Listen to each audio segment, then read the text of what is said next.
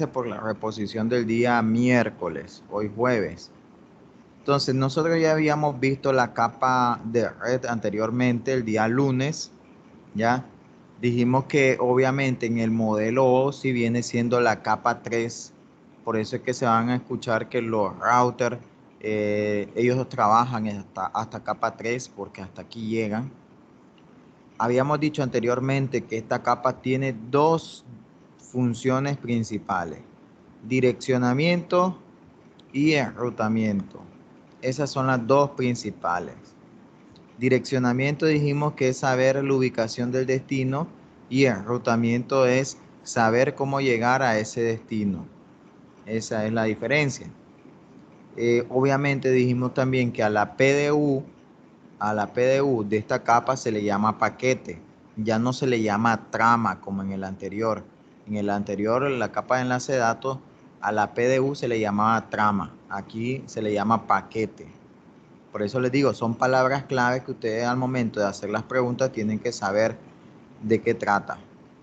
Las características de los protocolos que se manejan en esta capa es fácil. ¿Por qué? Porque el único protocolo que se maneja en esta capa es el protocolo IP en sus dos distintas versiones, IPv4 e IPv6. Y tenemos estas características. IP no es orientado a la conexión, que significa no garantiza que el otro extremo esté vivo. IP es un protocolo del mejor esfuerzo. ¿Qué significa eso? Él solamente envía, no está preocupado de que el otro extremo haya recibido la información, no pide acuse, ¿verdad? No lo pide, es independiente del medio. IP puede trabajar sobre cualquier medio, puede ser inalámbrico, puede ser cableado, eh, que ya sea cableado de cobre, ya sea coaxial, ¿ya? O puede ser fibra, no importa. IP no le interesa esas características físicas, porque ya existen dos capas debajo de él que se van a encargar de eso. ¿Ya? Orientada, que no esté orientada a la conexión, obviamente significa que no va a preocuparse por el destino, no hay un mecanismo de control, nada de eso. Ya, mejor esfuerzo, ya lo habíamos dicho, no garantiza la entrega y eso me facilita a mí de que el overhead, ya la sobrecarga, no sea mucha. ¿Estamos? Porque estar comprobando de que un paquete llega al otro extremo ya es bastante. Ya eso no lo hace IP. ¿Quién lo hace? La capa que vamos a ver más adelante, que es la capa de transporte. Independiente del medio, ya les decía que no anda viendo el tipo de medio, que no garantiza de que el paquete, si es el caso que venga dañado, él lo va a componer, no garantiza eso, ni chequea si existe un fallo, tampoco no lo hace. Lo único que él hace, que viene siendo como una tercera función, en el caso de IP, que si el paquete pasa de un medio con una mayor capacidad de transmisión a un medio de menor capacidad de transmisión, él lo va a fragmentar. ¿Fragmentar qué significa? A dividir, ¿ya? Eso es lo único que hace IP. Chequear si pasa de un medio con una MTU. MTU que significa unidad máxima de transmisión. MTU, unidad máxima de transmisión. Entonces, si pasa de un medio cuya MTU es mayor a un medio cuya MTU es menor, él le toca fragmentar. Eso lo dijimos la vez pasada. ¿Ya? El problema de fragmentar es que si yo ya tengo este paquete, debido al medio, ese paquete todavía lo tengo que dividir en pequeñas porciones. Esas pequeñas porciones van a estar viajando en todo el medio, así dividido. Nadie se va a encargar de volverlo a unir. Ya, lo digo porque en este ejemplo podemos tener UTP, que es el Ethernet, un serial, podemos tener fibra. El serial es inferior al Ethernet. Entonces estamos pasando de un medio de mayor MTU a un medio de menor MTU. Entonces en esta situación, este equipo va a fragmentar. Va a dividir este paquete en en paquetes más pequeños. Te van a decir, pero profesor, ya aquí, espéreme, ya regreso.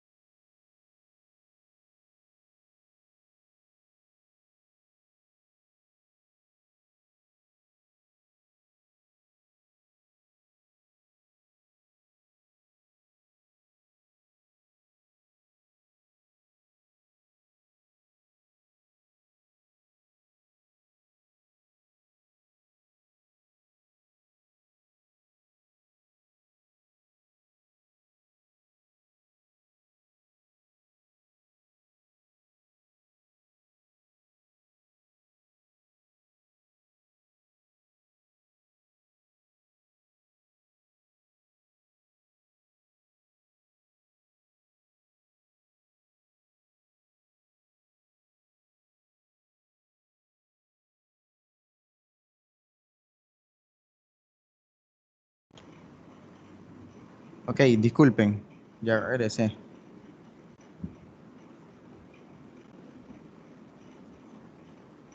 Entonces, acá les decía que, entonces, cuando ya pasamos a un medio de mayor capacidad otra vez, no es que el equipo lo vuelva a unificar, no. Él mantiene dividido, ya, él mantiene dividido. Entonces, ¿quién es el que se encarga al final de unir todo? Los equipos finales. Son los únicos que una vez que la información se fragmente, son los únicos capaces de poder unir todo nada más. Entonces, eso causa un problema porque cuando andan deambulando ahí un montón de paquetitos fragmentados, eso hace que los equipos procesen más y obviamente los recursos se estén utilizando más. Ya, entonces la fragmentación no es deseada.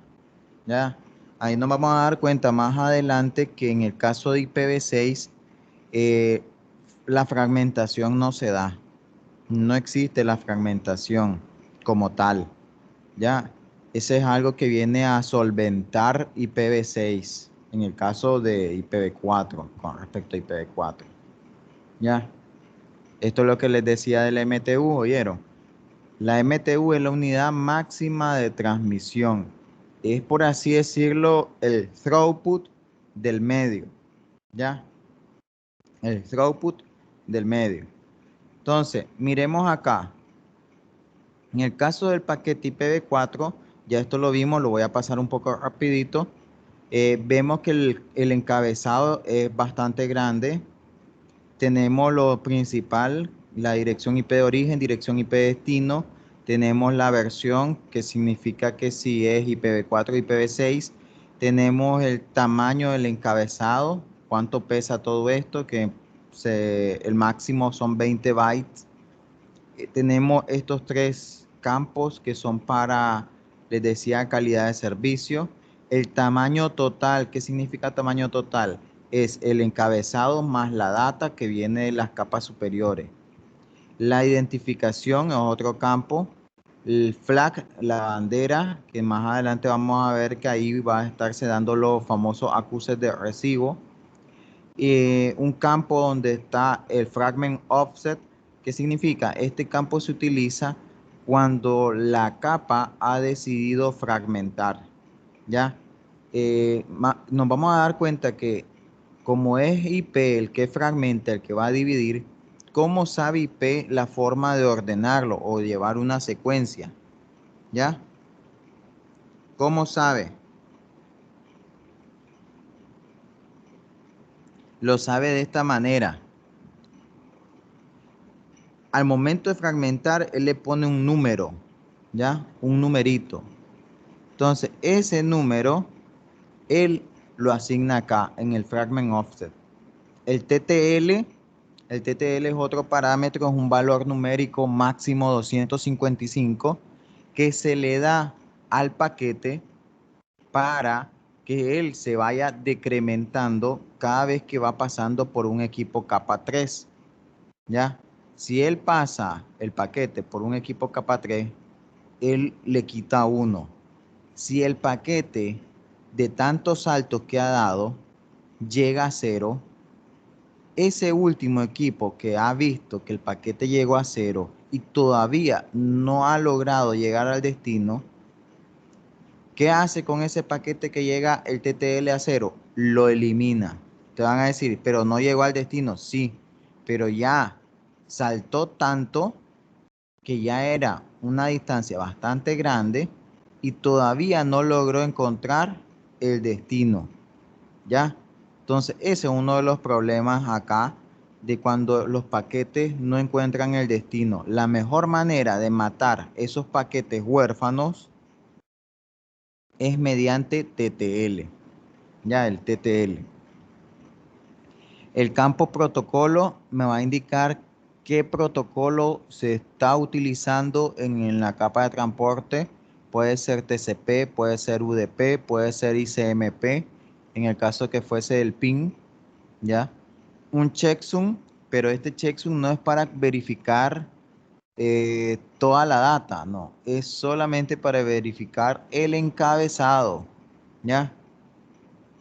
Entonces, van a darse cuenta que en IPv6 varios campos de acá se van a ir. Acá.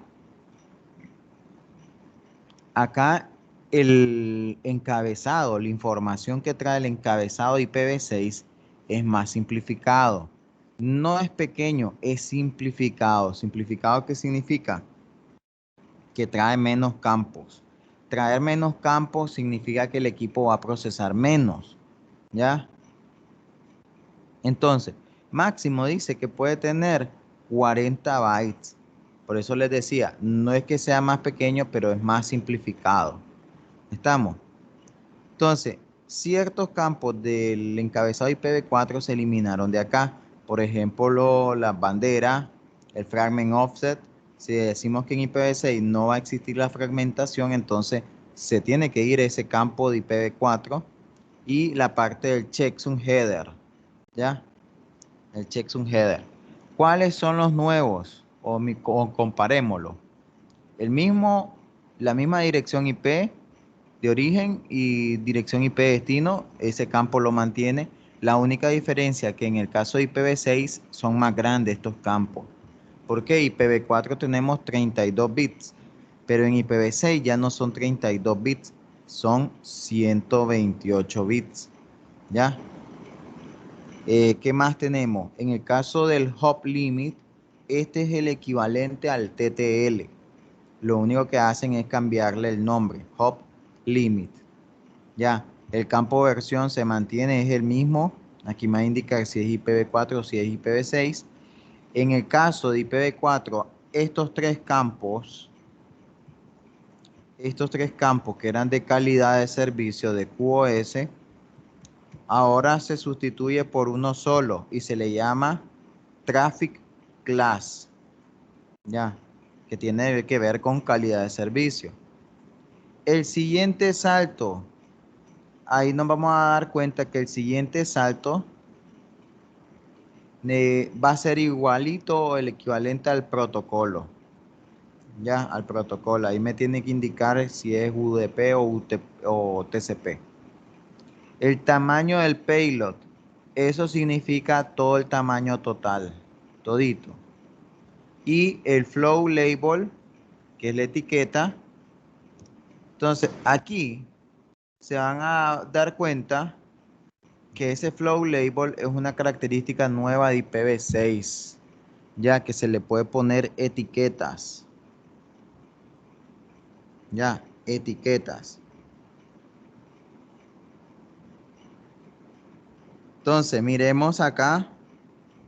Ya sabemos la diferencia entre el encabezado IPv4 y IPv6. Ya vemos que es más simplificado. Trae algo nuevo también IPv6, que además de estos campos que ya mencioné anteriormente, se le pueden agregar otros. Y esos campos se le llaman encabezados de extensión. Esos encabezados de extensión son opcionales, no van exigidos y no van por defecto en el diagrama. En este diagrama no van por defecto, pero se le pueden agregar.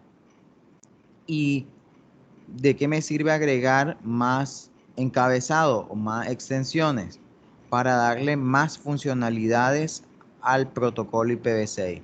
Por ejemplo, yo les decía que no existe la fragmentación. Pero si es el caso de que, obviamente, mis equipos están hablando IPv4 y están hablando IPv6 al mismo tiempo, IPv4 sí existe fragmentación, pero en IPv6 no. Entonces va a haber una incongruencia ahí.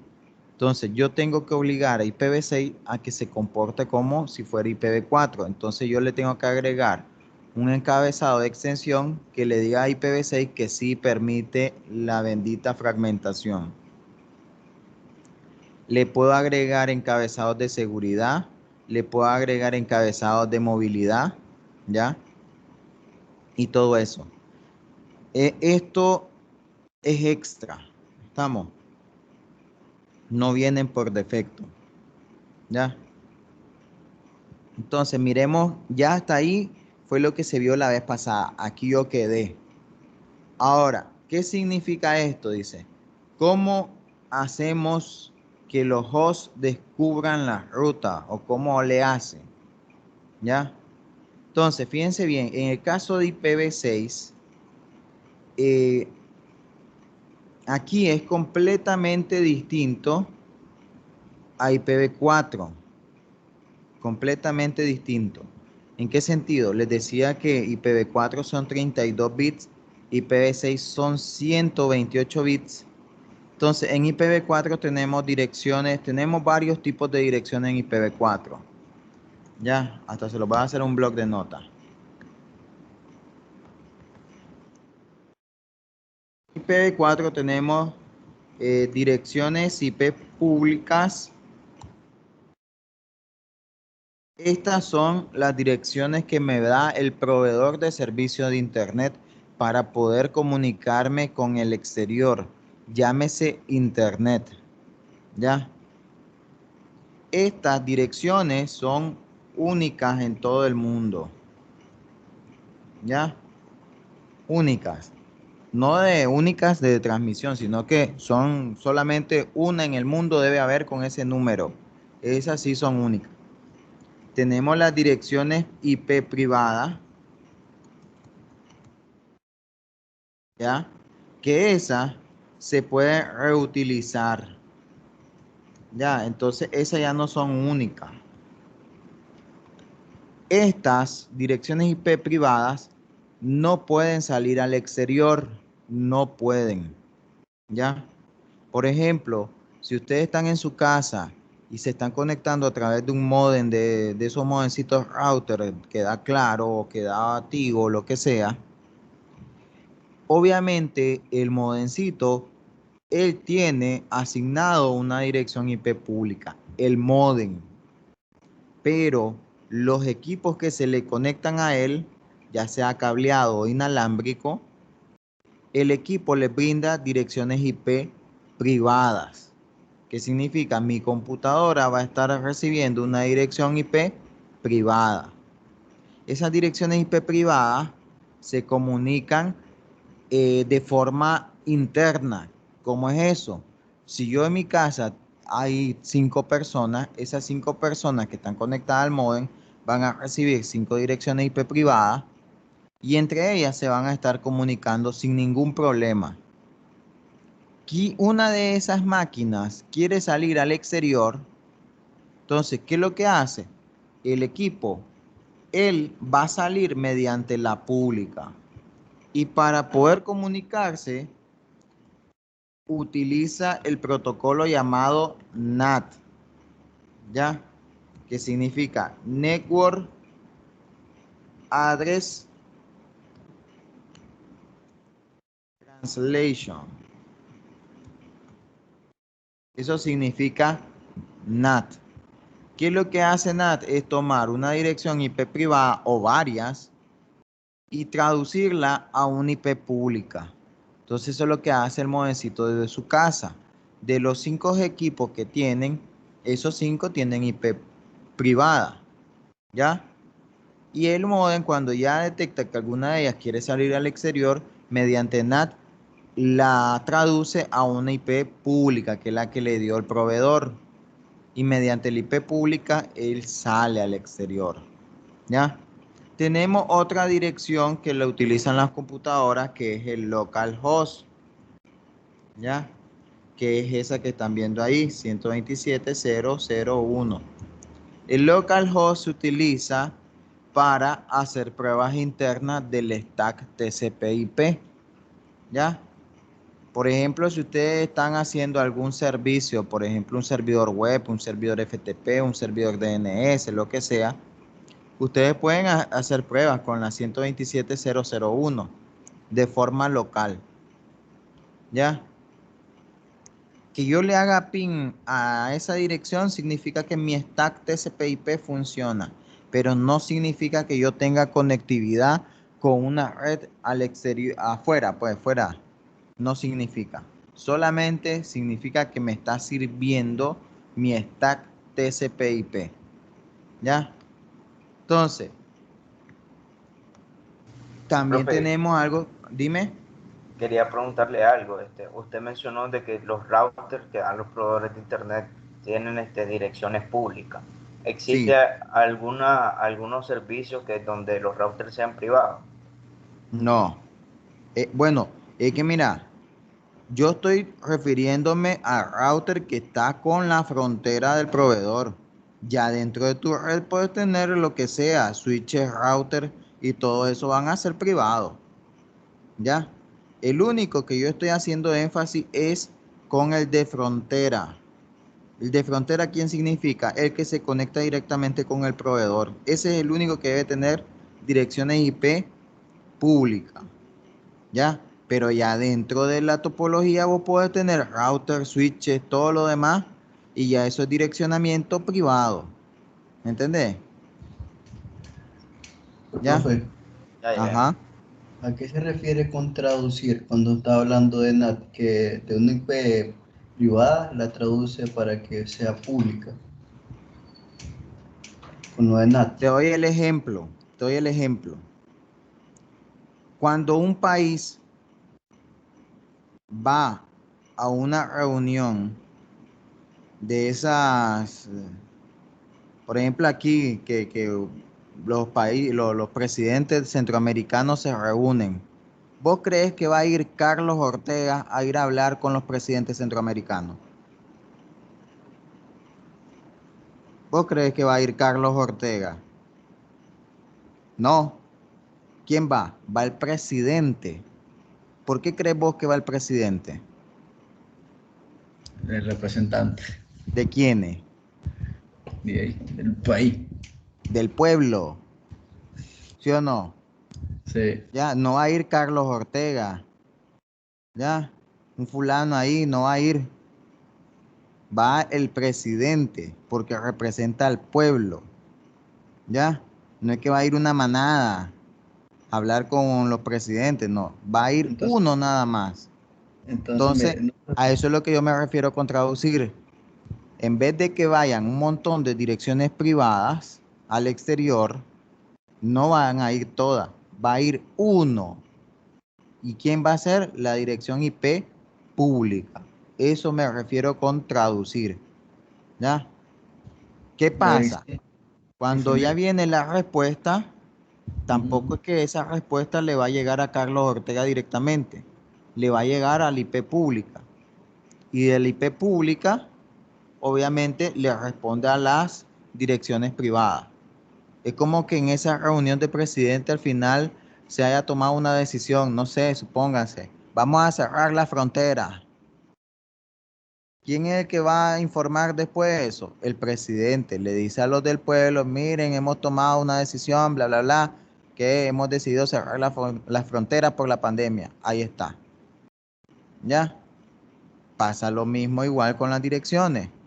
La IP pública es la que recibe y es la que saca.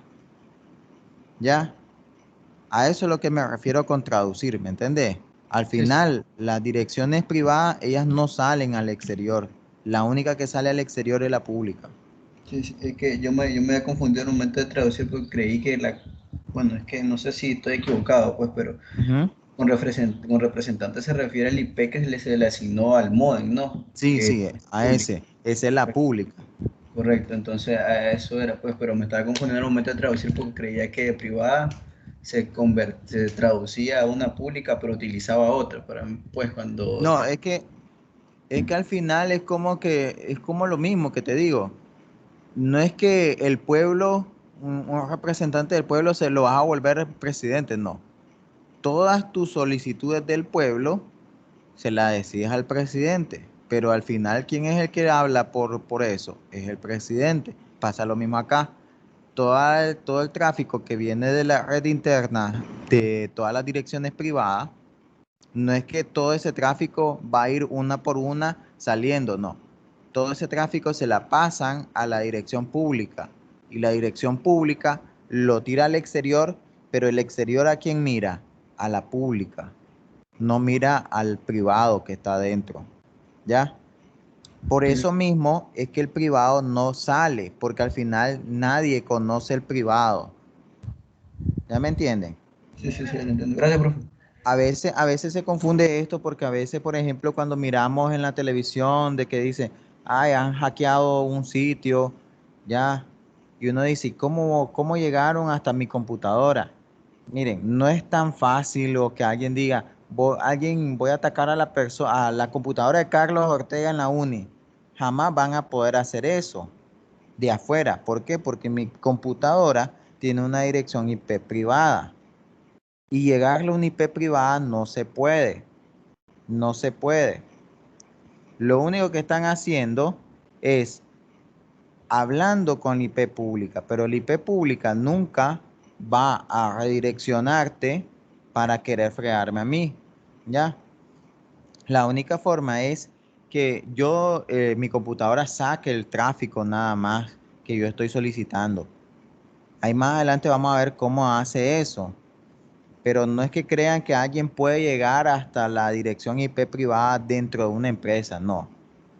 Ya, cuando miren ese tipo de noticias que hay una computadora dentro de la empresa se infectó, no crean que fue alguien que se puso así como en las películas de tú a tú, a ver, voy a fregar la computadora de Carlos Ortega y yo estando desde mi casa, no. Ya, porque ahí el NAT evita de que lleguen ya adentro. Además de que las IP privadas no son enrutables hacia el exterior, ¿ya? La única forma que alguien me friegue es que tal vez yo de tonto haya abierto un archivo que está virulento o haya visitado uno de esos sitios ahí todos turbios o cosas así. Es la única forma, ¿ya? ¿Estamos? Entonces, seguimos, si no tienen preguntas. No se preocupen por lo de NAT, más adelante en los contenidos está NAT. Entonces, tal vez ahorita no le entendamos muy bien, pero más adelante lo vamos a ver. Default Gateway. Ajá, dime. Yo tengo una pregunta. Tengo entendido que NAT solo es para IPv4. Esa es una buena observación. Gracias, Evo, esa. Ese sí. Miren, NAT nació debido a que yo les decía la vez pasada, si nosotros hacemos 2 a la 32 de 32 bits que tiene IPv4, nos da un número grande, es cierto, nos da un número grande, pero yo les contaba que como las redes nacieron en, en Estados Unidos, que nacieron primero desde la parte militar, después de la parte de las universidades, después las empresas grandes allá de Estados Unidos quisieron conectarse.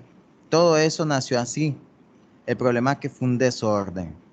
Ya, es como cuando ustedes están en una piñata y están repartiendo el queque. Si no hay nadie que está repartiendo el pastel, ¿qué va a pasar? Alguien flaco que esté muerto de hambre va a agarrar un gran pedazo de pastel, ¿ya? Y a un gordito que de viaje se le mira que por ser gordito va a comer más, le quedó un pedazo chiquito de pastel. Entonces va a ser un desorden ahí. Entonces, los países vieron ese desorden y dijeron, no, basta. ¿Por qué? Porque IPv4 se va a agotar balazo. Entonces ya empezaron a crear lo que se conoce como los registros internacionales de Internet, que eran los famosos RIR, ya que eso hasta se los mencioné la otra vez, que eran los RIR. Vamos a ver.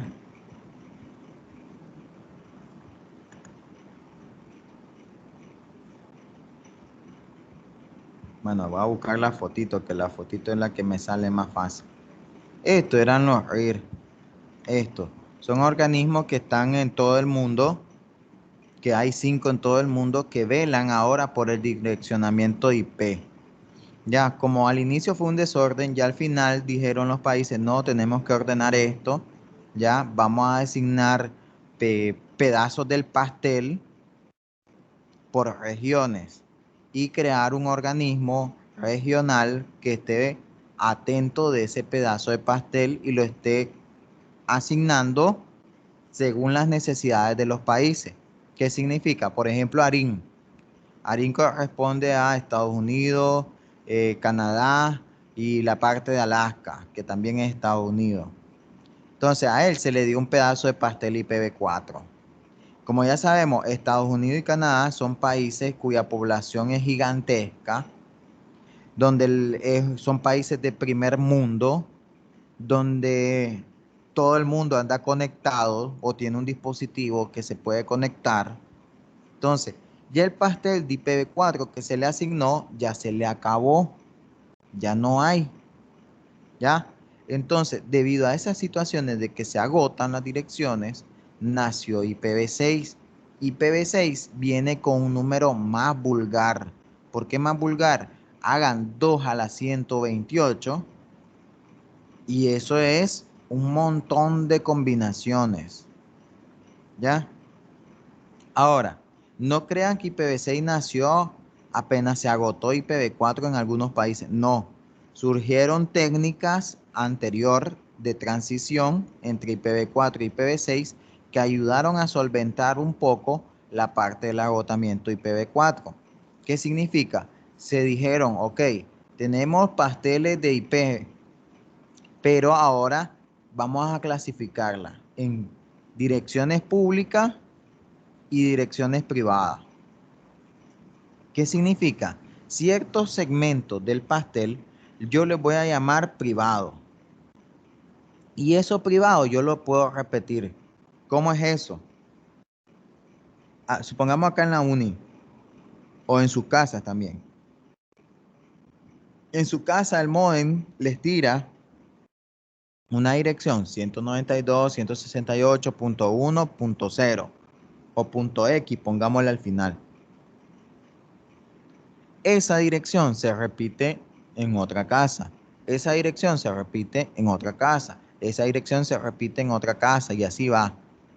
Ustedes van a decir, pero el profesor me dijo que las direcciones IP son únicas. Ojo, las públicas, las privadas sí se pueden reutilizar. Ya, incluso hasta aquí en la uni hay 192.168.1.x. ¿Ya?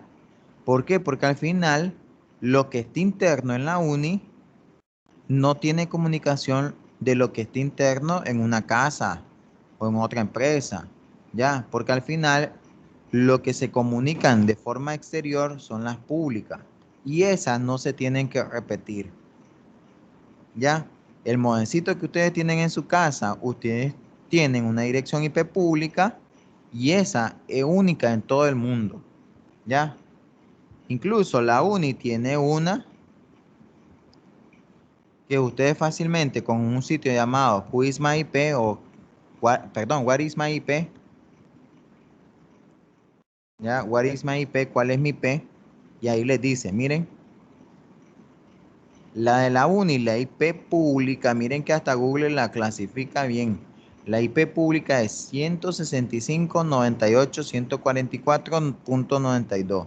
Si ustedes están en la computadora y hacen esto mismo, ustedes no van a visualizar la dirección IP privada que tiene la máquina. Va a verificar la dirección IP pública que tiene el módem, ¿ya? Y ustedes se los comparo porque aquí yo estoy en el CMD. Si yo le pongo a mi máquina ipconfig, que es para ver mi dirección IP, aquí miren el Wi-Fi 192.168.219. Esa es la que tiene mi máquina, pero esa es privada. Al final, esa privada va a salir al exterior mediante la IP pública que tiene la UNI, porque yo estoy en la UNI ahorita. ¿Ya? Esta nadie más la tiene que tener en todo el mundo. ¿Ya? Entonces, debido a NAT, eso ayudó un poco a que IPv4 obviamente todavía pudiera existir. Incluso, aunque ustedes no lo crean, otro mecanismo que también ayudó a que IPv4 todavía existiera es el DHCP. El DHCP dijimos que es un servicio que me tira direcciones IP de forma automática, sin estarlo configurando manualmente. Cuando ustedes se conectan desde la laptop a una red inalámbrica, ustedes no andan configurando direcciones IP. La laptop tiene activado por defecto el DHCP y él va a tomar, espérenme,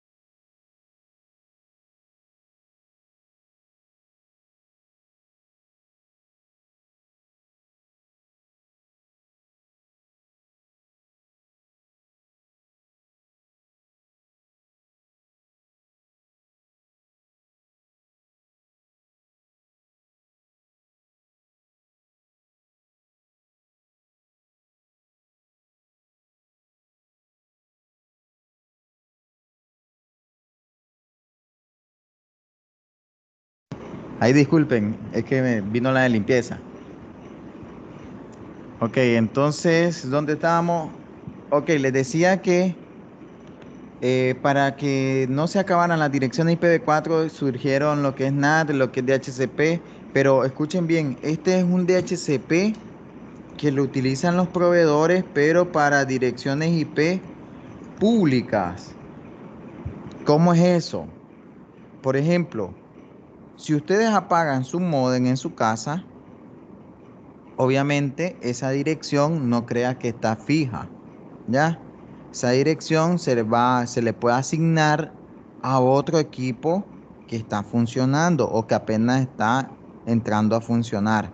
Eso me permite a mí reutilizar las direcciones IP públicas, ya que no se están utilizando. Entonces, esos son mecanismos para que IPv4 todavía pueda existir. Pero a pesar de todos esos mecanismos, ya hoy en día las direcciones IPv4 ya no, ya están agotadas.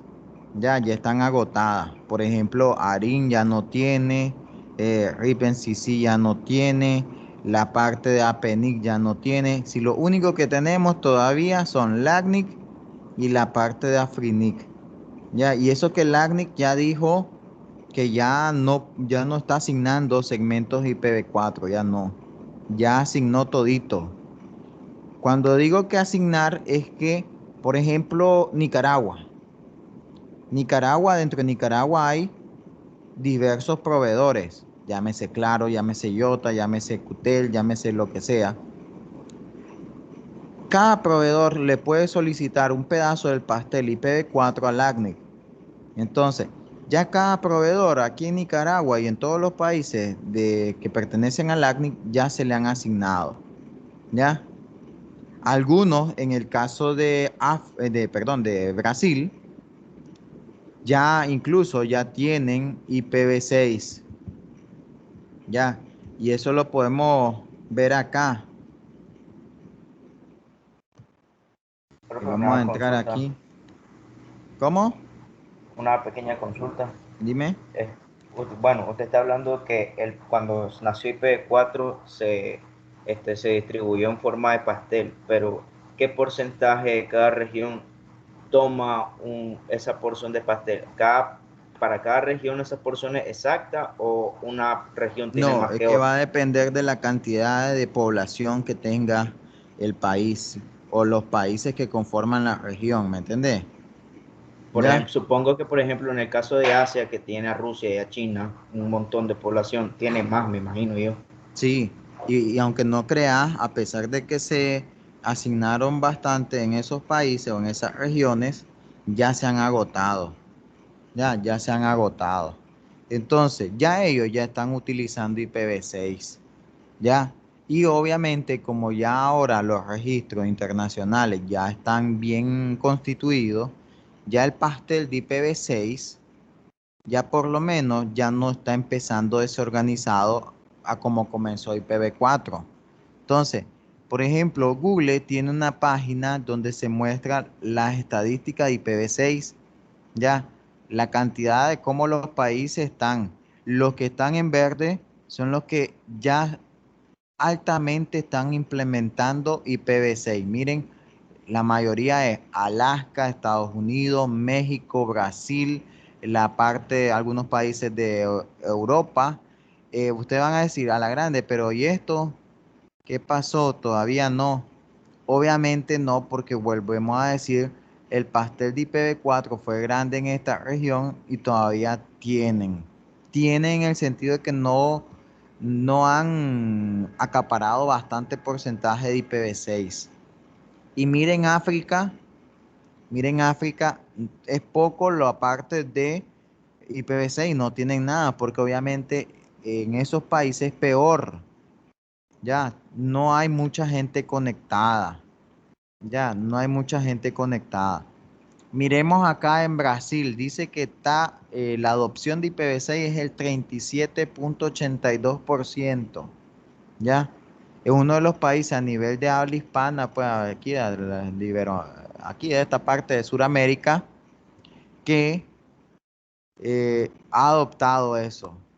el otro viene Perú, Ecuador, ya, Paraguay y la parte de Argentina.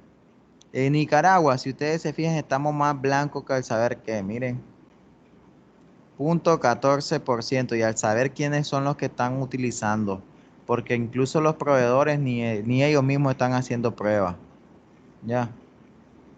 Ahora, Costa Rica tiene más que nosotros, 0.25, porque ya Costa Rica sí existen clientes que están hablando ya IPv6. Ya, y yo creo que es el que más tiene a nivel centroamericano. Miren, Salvador, nada. Estamos, entonces para que sepan. Ahora, eso es pues el porqué de ahora se está utilizando IPv6. Para Nicaragua, no estoy diciendo que ya mañana vayamos a utilizar IPv6, no. Si es reciente incluso que acá en Nicaragua ya al menos existen varios proveedores. Entonces ya cada proveedor debe tener su pedazo de pastel que se le solicitó al ACNIC. Entonces, no crean que cada proveedor tiene una gran plantilla de clientes, no. Si ya sabemos quiénes son los más grandes acá en Nicaragua, los otros son ahí como enanitos. Entonces, por eso es que les digo que hay direcciones para bastante tiempo acá en Nicaragua IPv4. Va a durar bastante. A pesar de que va a durar bastante, no significa que no se necesiten profesionales de IPv6. Sí se necesita gente que maneje IPv6 porque en algún momento,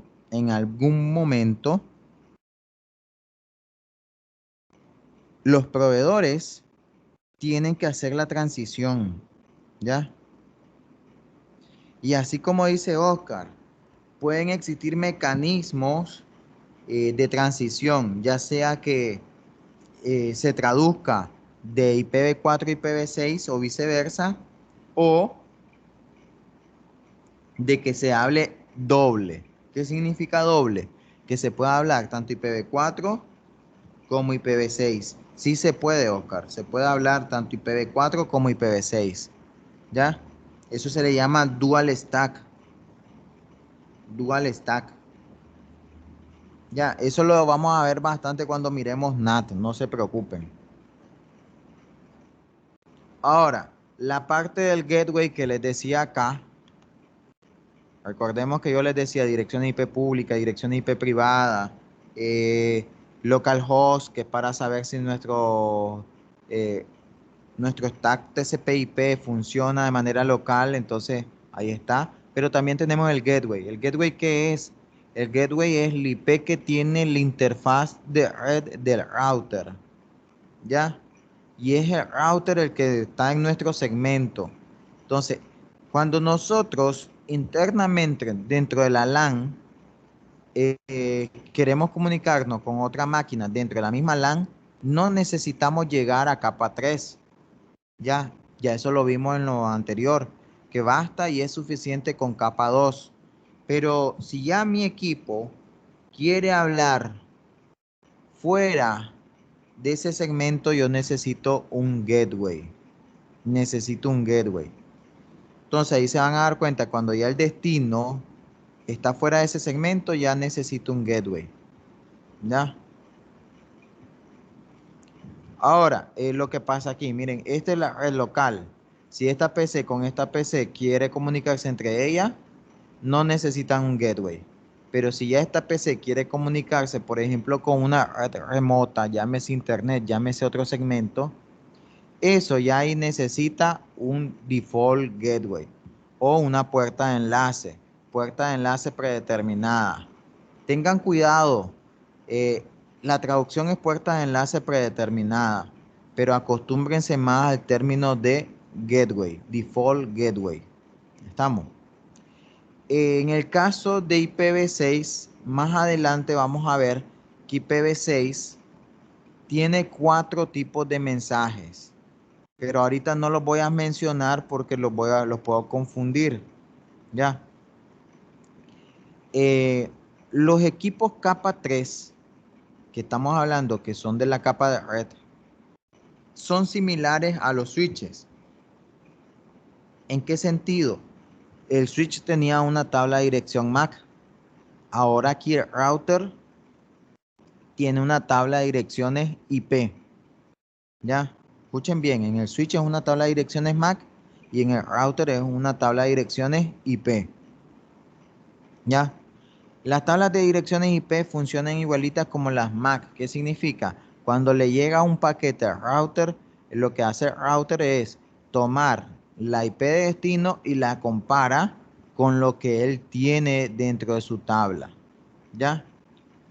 Y así él pueda tomar una decisión para reenviar ese paquete. No solamente los routers tienen tablas de dirección, también las computadoras tienen tablas de dirección, ¿ya? Y nosotros lo podemos sacar con ese comando, netstat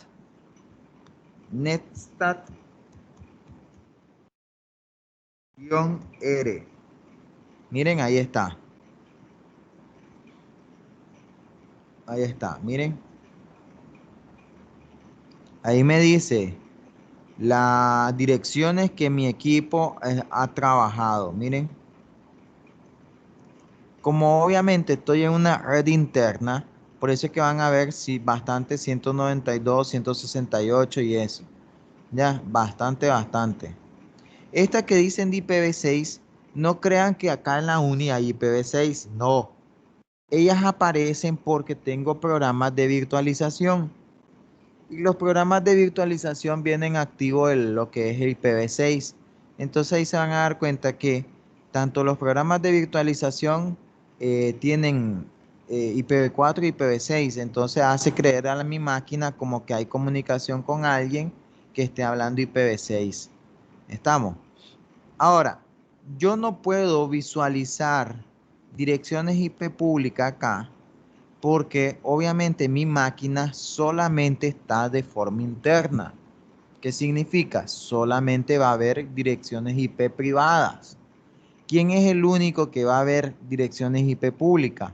El router de frontera, es el router que tiene la UNI conectado directamente con el proveedor. ¿Ya?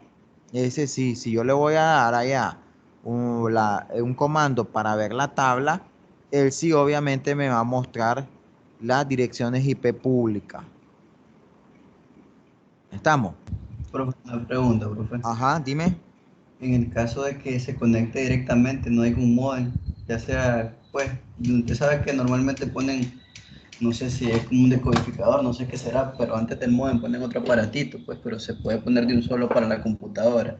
¿Siempre se le asigna una dirección IP pública a ese de un solo a la computadora o qué pasará ahí?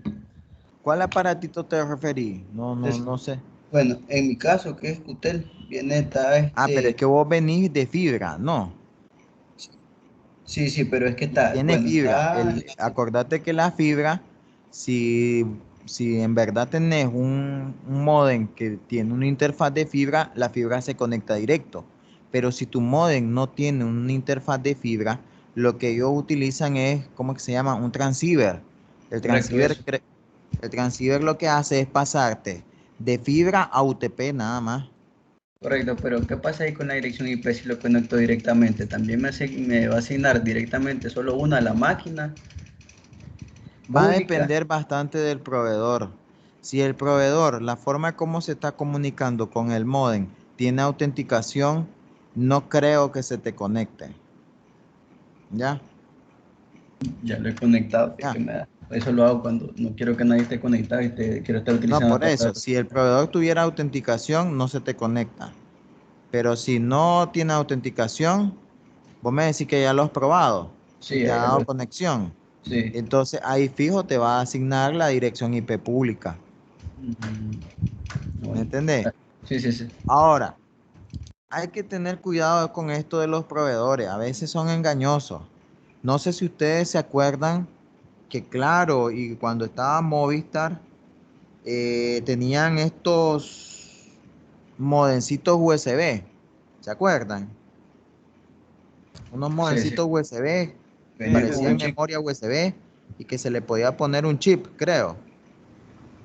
Sí. Eh, profe, Esos habían unos que no eran modencitos, chip, solo lo ¿cómo? conectabas y ya.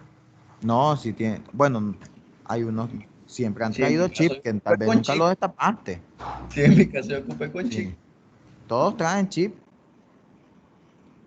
Entonces, esos chips obviamente venían con datos, pero uno lo hacían creer pues que obviamente tenían conexión. Cuando sacaron, yo creo que fue más Movistar, claro, no sé. Yo probé uno de Movistar. Movistar engañaba y decía que la dirección IP pública, o mejor dicho, que la conexión no era compartida. Y sí era compartida. Para los primeros que empezaron a utilizarlo, hasta se asombraban y decían, oye, tengo buena velocidad. Y era obvio porque eras el único en toda la zona que tenías ese modencito. Pero ya cuando empezó a ser famoso el modencito y que la gente decía, mira, tengo buena conexión, ya alguien más en tu zona compró otro, otra persona compró otro, y ahí es donde se notó que el proveedor al final sí era compartido. Ya, porque ahora ya en la zona ya no era solo una persona que tenía ese modencito USB, eran tres, eran cuatro, eran cinco, eran 10, eran 20. ¿Ya? Y ustedes decían, ve, esta chuchada ya no sirve la velocidad, porque al final era compartido, ¿ya? Pasa igual como en la casa. En la casa uno puede tener 10 megas, pero si cada quien, supónganse que hay 5 personas y cada quien está viendo YouTube, cada quien está haciendo algo, obviamente, si se conecta a alguien más, se va a sentir que la velocidad del acceso a Internet es lenta porque estás compartiendo. Entonces pasaba lo mismo con esos modecitos USB, estaba compartido.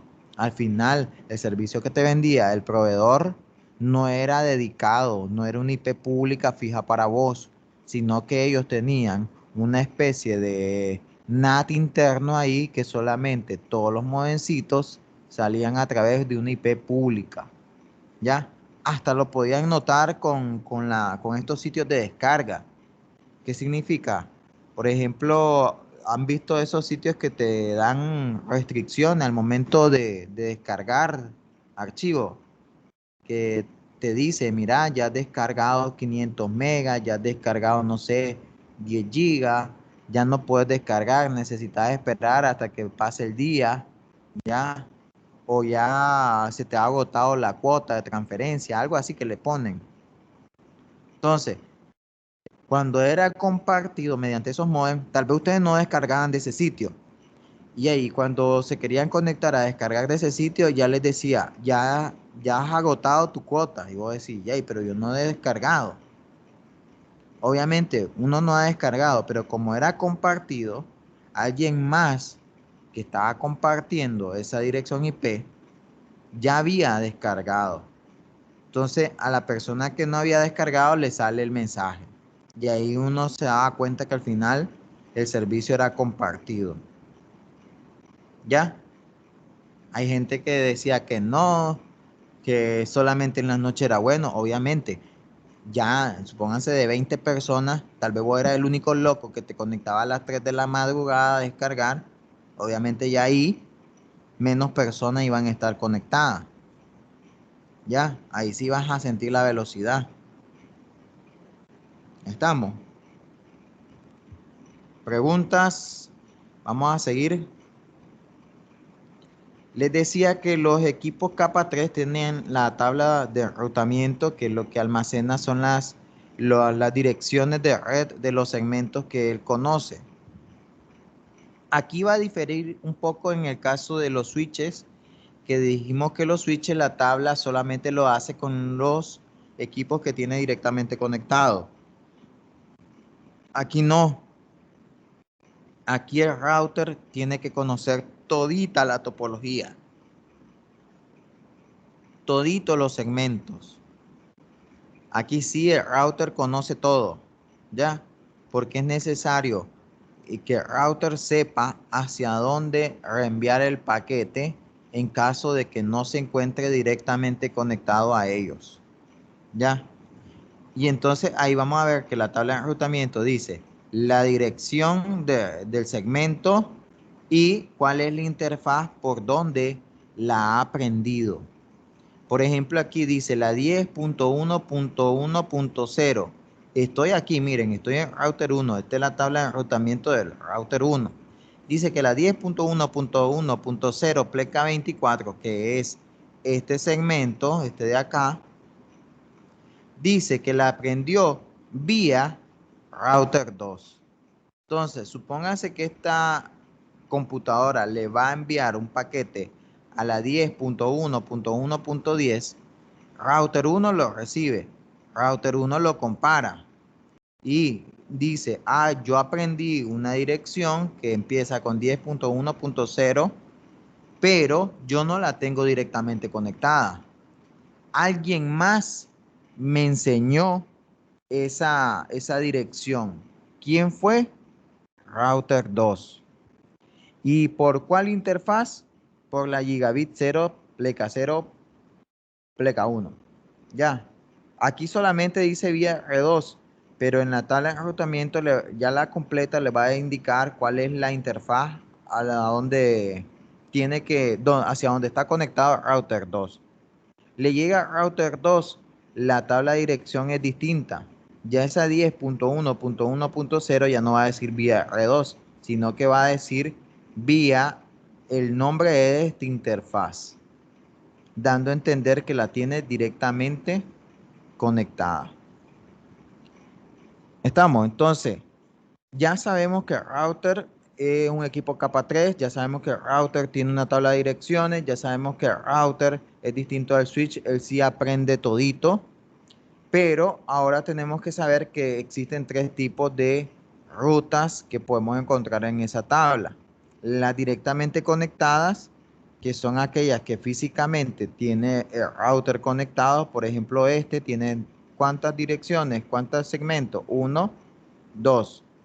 Router 2, ¿cuántos segmentos tiene? 1, 2, más el enlace hacia internet. ¿Ya? Ese tiene 3. Esas son las directamente conectadas. Las remotas. ¿Remotas qué significa? Son aquellas redes que no están directamente conectadas. Dijimos que este tiene 2 directamente conectadas. Pero para este señor, este segmento ya es remoto. Para este señor, el enlace de internet ya es remoto para este. Miremoslo desde el punto de vista de R2. En el caso de R2 dijimos que tiene 2 directamente conectadas. Para R2, ¿quiénes serían perdón, tiene 3 directamente conectadas. Para R2, ¿quién sería remoto? Esta de acá, miren. Esta de acá. Solamente una sería la remota. Y la última, que se llama ruta por defecto. La ruta por defecto, ¿qué es? Nos vamos a dar cuenta que la ruta por defecto es aquella ruta que yo le configuro al equipo para cuando yo no quiero que el equipo se esté matando en tratar de encontrar un destino para un segmento que tal vez no está internamente en mi topología. Les doy un ejemplo. Les decía que el router tiene que conocer todos los segmentos, pero imagínense que ese router tiene que enviar información hacia internet. Internet que dijimos que era una red gigantesca que obviamente está en todo el mundo. Entonces, van a decir, router 2, profesor, tiene que conocer toditas las direcciones del mundo. No, no. No es que se va a conocer todito el mundo, no. Lo que yo voy a hacer es que voy a configurar en router 2 una ruta por defecto que le va a decir al equipo que cuando cualquier host, ya sea de este extremo o de este extremo, haga solicitudes a direcciones IP que no estén dentro de nuestras tablas internas, yo le tire ese tráfico ¿a quién? Al proveedor de servicio. No sé si me entendieron ahí con lo que acabo de explicar.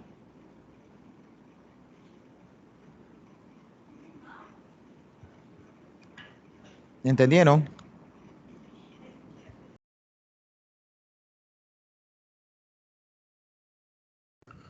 Profe, ¿lo podría explicar nuevamente, por favor?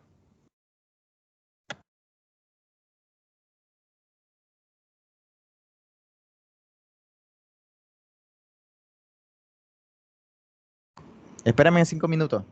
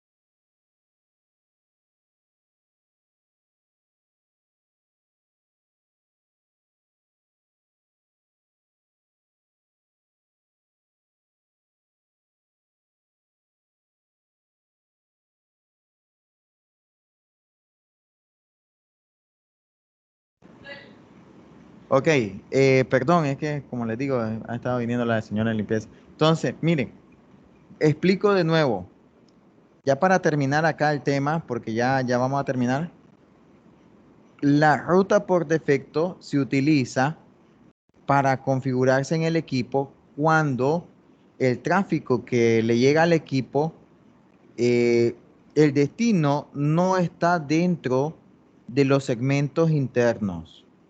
Ya, un ejemplo es cuando una computadora quiere solicitar, por ejemplo, eh, navegar hacia Internet.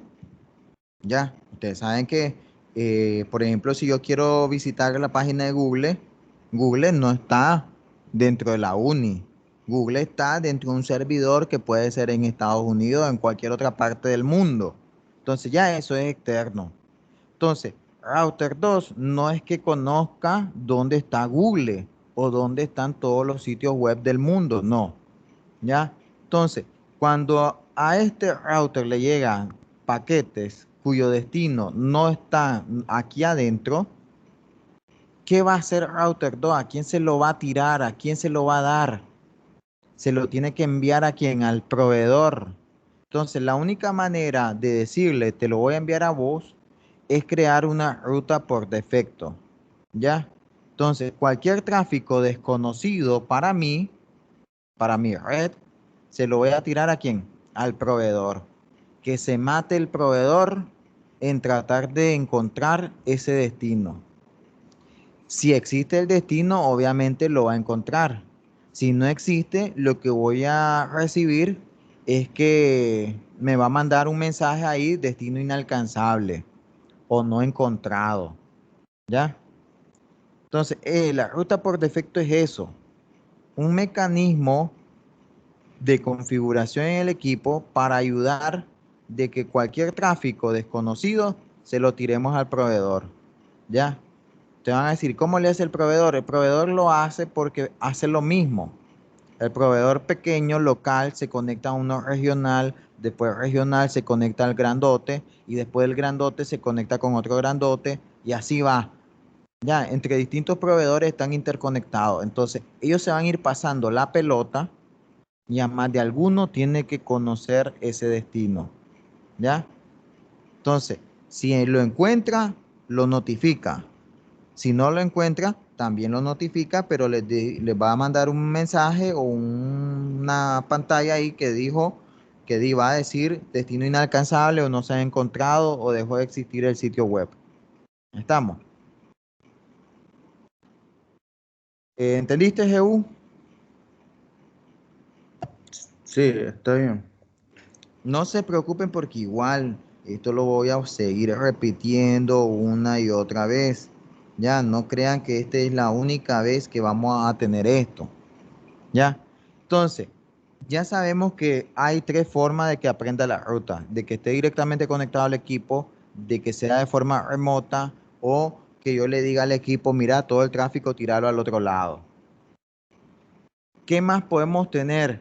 Cuando son redes remotas, por ejemplo este que conoce dos, pero desconoce esta, ¿cómo le hago para que este señor aprenda esta? Tenemos dos formas: de forma manual o de forma dinámica. De forma manual, ¿qué es lo que yo hago? Le digo al equipo, aprendete esa dirección. Aprendete esa dirección. Es como cuando ustedes desconocen a una persona. ¿Cómo lo conocen? Con el nombre. Te dicen, mira, fulanito se llama tal. Entonces ahí ya ustedes ya por lo menos conocen el nombre. ¿Ya?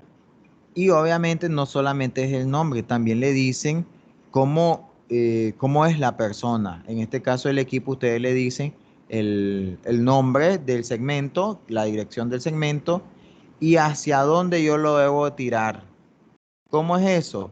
Si yo quiero llegar a las 10.1.1.0, yo ya sé que yo lo tengo que tirar ese tráfico a la 209, 165, 200, 226. ¿Quién es? Es el IP de esta interfaz del equipo 2. ¿Ya? Entonces, cualquier tráfico que venga al equipo 1 que tenga un destino 10.1.1, lo tiene que tirar a esta interfaz. ¿Ya? ¿Estamos? Eso es rutas estáticas. ¿Ya? Ustedes pueden tener rutas estáticas configuradas de forma manual. Ahí, para hacer eso, el administrador debe conocer al 100% la topología, al 100%, ¿ya? Al 100%. Entonces, si viene un administrador novato que no conoce la topología, se puede equivocar. Porque si yo le digo al equipo, aprendete esto, recuerden que para el equipo ustedes son los dioses, ¿ya? Para el equipo el administrador es el dios, ¿ya? Todo lo que le diga el administrador del equipo, el equipo lo va a hacer. Entonces, si ustedes le dicen, mira, aprendete esta dirección y tal vez ustedes escribieron mal la dirección, el equipo va a creer que está bien, pero ustedes la escribieron mal y entonces el equipo la puede estar enviando por otro lado, por ejemplo. Esos son fallos que fácilmente se pueden dar, ¿ya? En una empresa facilito se da de que tal vez alguien agregó una ruta estática de manera manual y se equivocó, ¿ya? Y van a ver y dicen, ve, pero está enviando paquetes, pero ¿qué está pasando? No está llegando el destino. Los paquetes están llegando hasta cierto punto, pero en una parte de esa topología, algún equipo puede hacer que lo esté eliminando, ¿ya? ¿Estamos? Entonces, esos son problemas que comúnmente pasan, ¿ya? La otra forma, la otra forma de hacer que los equipos aprendan las rutas desconocidas es de forma dinámica. De forma dinámica, ¿qué significa? Que ellos solitos la aprendan. ¿Cómo? Mediante un protocolo de enrutamiento, ¿ya? Entonces, el administrador ahora ya no va a configurar la ruta de forma manual. Lo que ahora va a configurar es el protocolo y el protocolo, una vez que está configurado, se va a encargar de aprender de los vecinos. ¿Qué significa? Para router 1, ¿quién es el vecino? Router 2. Router 2 tiene una tabla. Entonces, router 2 se la va a compartir ¿a quién? A router 1. Para router 2, ¿quién es el vecino? Router 1. Router 1 tiene una tabla. ¿A quién se la va a compartir? A router 2. Cuando se comparten ya las tablas, obviamente las tablas son distintas. ¿Por qué? Porque La tabla de router 1 solamente tiene conocida la 192.168.10 y la 209.165.200. Y entonces, miremos ahora la router 2. La router 2 conoce la 10.1.2.0 y 209.165.224. Te van a decir, profesor, pero hay un segmento que comparten. ¿Cuál es? Este de acá. Sí, esta la comparten. Entonces, en ese caso, no hay problema. Ya, no es que, mira, volvete a aprender la 209. No, la que comparte, obviamente la ignoran porque la tienen directamente conectada a ellos. Pero en el caso de router 1, él va a aprender de router 2 la 10.1.2.0. Y router 2 va a aprender de router 1 la 192.168.10.0. Pregunto, ¿me entendieron, muchachos? ¿Me Me perdí. entendieron? Yo me ¿Me perdí. entendieron o no? Sí, profesor. Es como que yo les diga, muchachos, supónganse que ustedes están en dos grupos distintos, dos grupos de estudiantes distintos. Y yo les diga, muchachos, vamos a conocernos, ¿ya? Vamos a conocernos. Y yo venga y los empiece a presentar a cada uno de ustedes, ¿ya? Obviamente ahí vengo siendo el protocolo de enrutamiento, yo estoy ayudando a que ustedes se conozcan, ya entre sí. Una vez que ya se conocen entre sí, cada quien debería de aprenderse los nombres de cada uno de los integrantes. Igualito así es el protocolo de enrutamiento.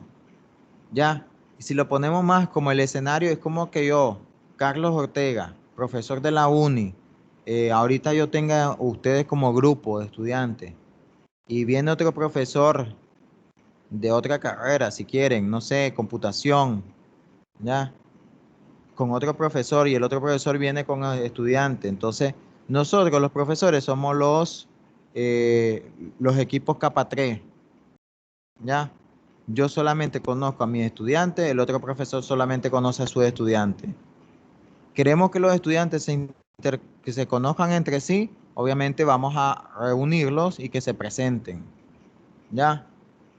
En pocas palabras, la acción de que se conozcan viene siendo la parte del protocolo de enrutamiento, ¿ya?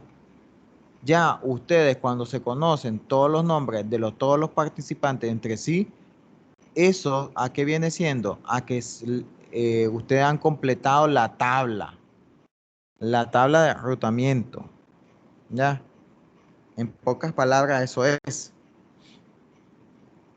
Ahora, en el equipo nosotros vamos a estar viendo la tabla con este comando, show IP route. Esto lo vamos a ver tal vez posiblemente el viernes cuando hagamos una práctica. Les decía que el examen de este fin de semana corresponde al 8 al 10. Ahorita estamos terminando el 8. El 9 y el 10 son súper sencillos. Son súper sencillos. El 9 ya les digo cuál es. El 9 es resolución de direcciones, pero se van a dar cuenta que esto ya lo hemos visto. En este capítulo vuelven a mencionar al famoso ARP. Ya, por eso les digo, Cisco friega y friega con el ARP, ¿oyeron? Y el Profe, 10 es con configuración de equipo. Dime. tengo una pregunta. He visto, bueno, no, yo, porque me he atrasado, hay muchos capítulos que hacen un énfasis en el simulador Wireshark. Entonces yo le quería preguntar si esas actividades hay que realizarlas o solo es para... Sí, mira, lo del Wireshark es más, no son prácticas como las del Packet Tracer, es más para verificar eh, si, cómo es el contenido de los encabezados, ¿me entendés? ¿Cómo es el contenido de los encabezados? Sí, yo por eso le Entonces, preguntaba, porque yo estaba haciendo las de Packet Tracer, pero no estaba haciendo las de Wireshark, y yo por eso le quería preguntar si no había problema. no hay problema, no hay problema, no hay ningún problema. Ya las de Wireshark, más bien en pocas palabras, son para verificar el contenido de los encabezados, ¿ya? El contenido de los encabezados se miran fácilmente con Wireshark, ¿ya? Podemos hacer algunas si quieren más adelante, pero aquí yo necesito que en verdad ustedes manejen bien cómo trabajan los protocolos, porque de nada me sirve capturar tráfico, por ejemplo, si ustedes no sepan en qué capa se maneja, por ejemplo, la dirección IP, ¿ya? O en qué capa se maneja la dirección MAC, o en qué, o cómo se llama el encabezado de la capa de enlace de datos, ¿ya? La PDU de la capa de enlace de datos. ¿Por qué? Porque eso se mira en Wireshark, ¿ya? Y entonces Wireshark necesita bastante background de teoría para poder analizar bien la captura. ¿Estamos? Preguntas hasta el momento. Les decía que el 8 ya lo vimos ahorita, el 9 vuelven a repetir el bendito ARP y el 10 es configuración. Entonces el día viernes, mañana mejor dicho, sí, porque mañana vamos a ver configuración de esto. Esto ya lo hemos hecho también.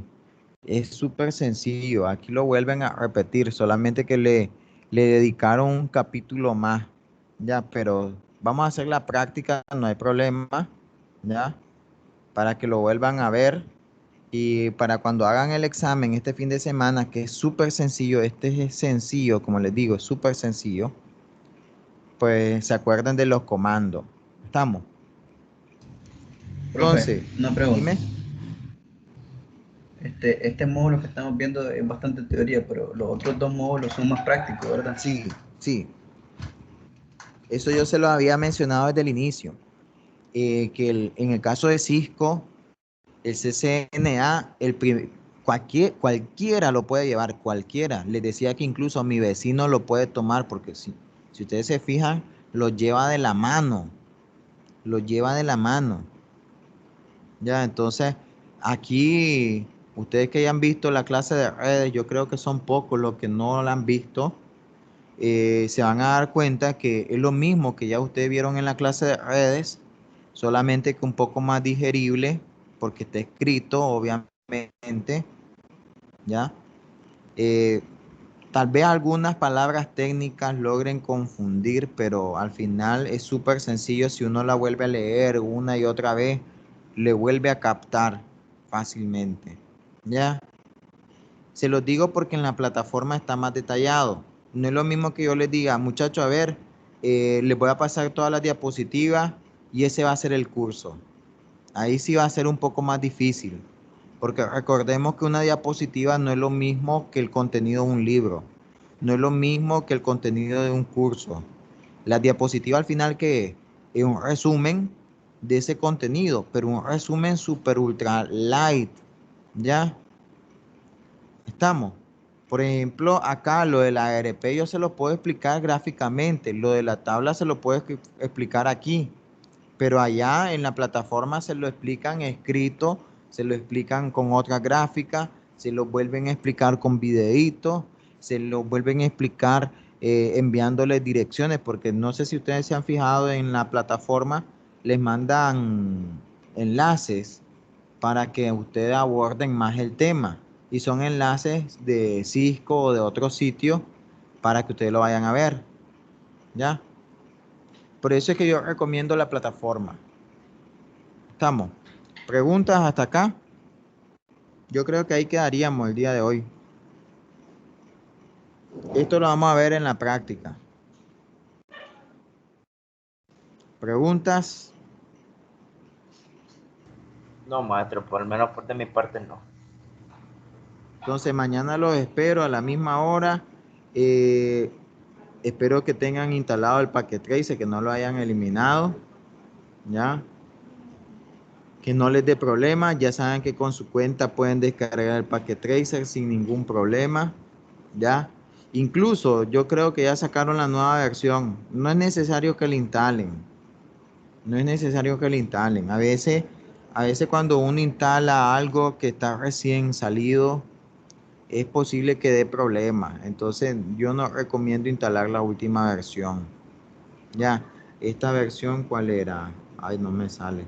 Creo que este todavía es la 7 o... Lo que yo vi que ya está la 8. Vamos a ver. Sí, ya está la 8. No estoy diciendo que la descarguen, ¿oyeron? Solamente para que sepan que ya está la 8.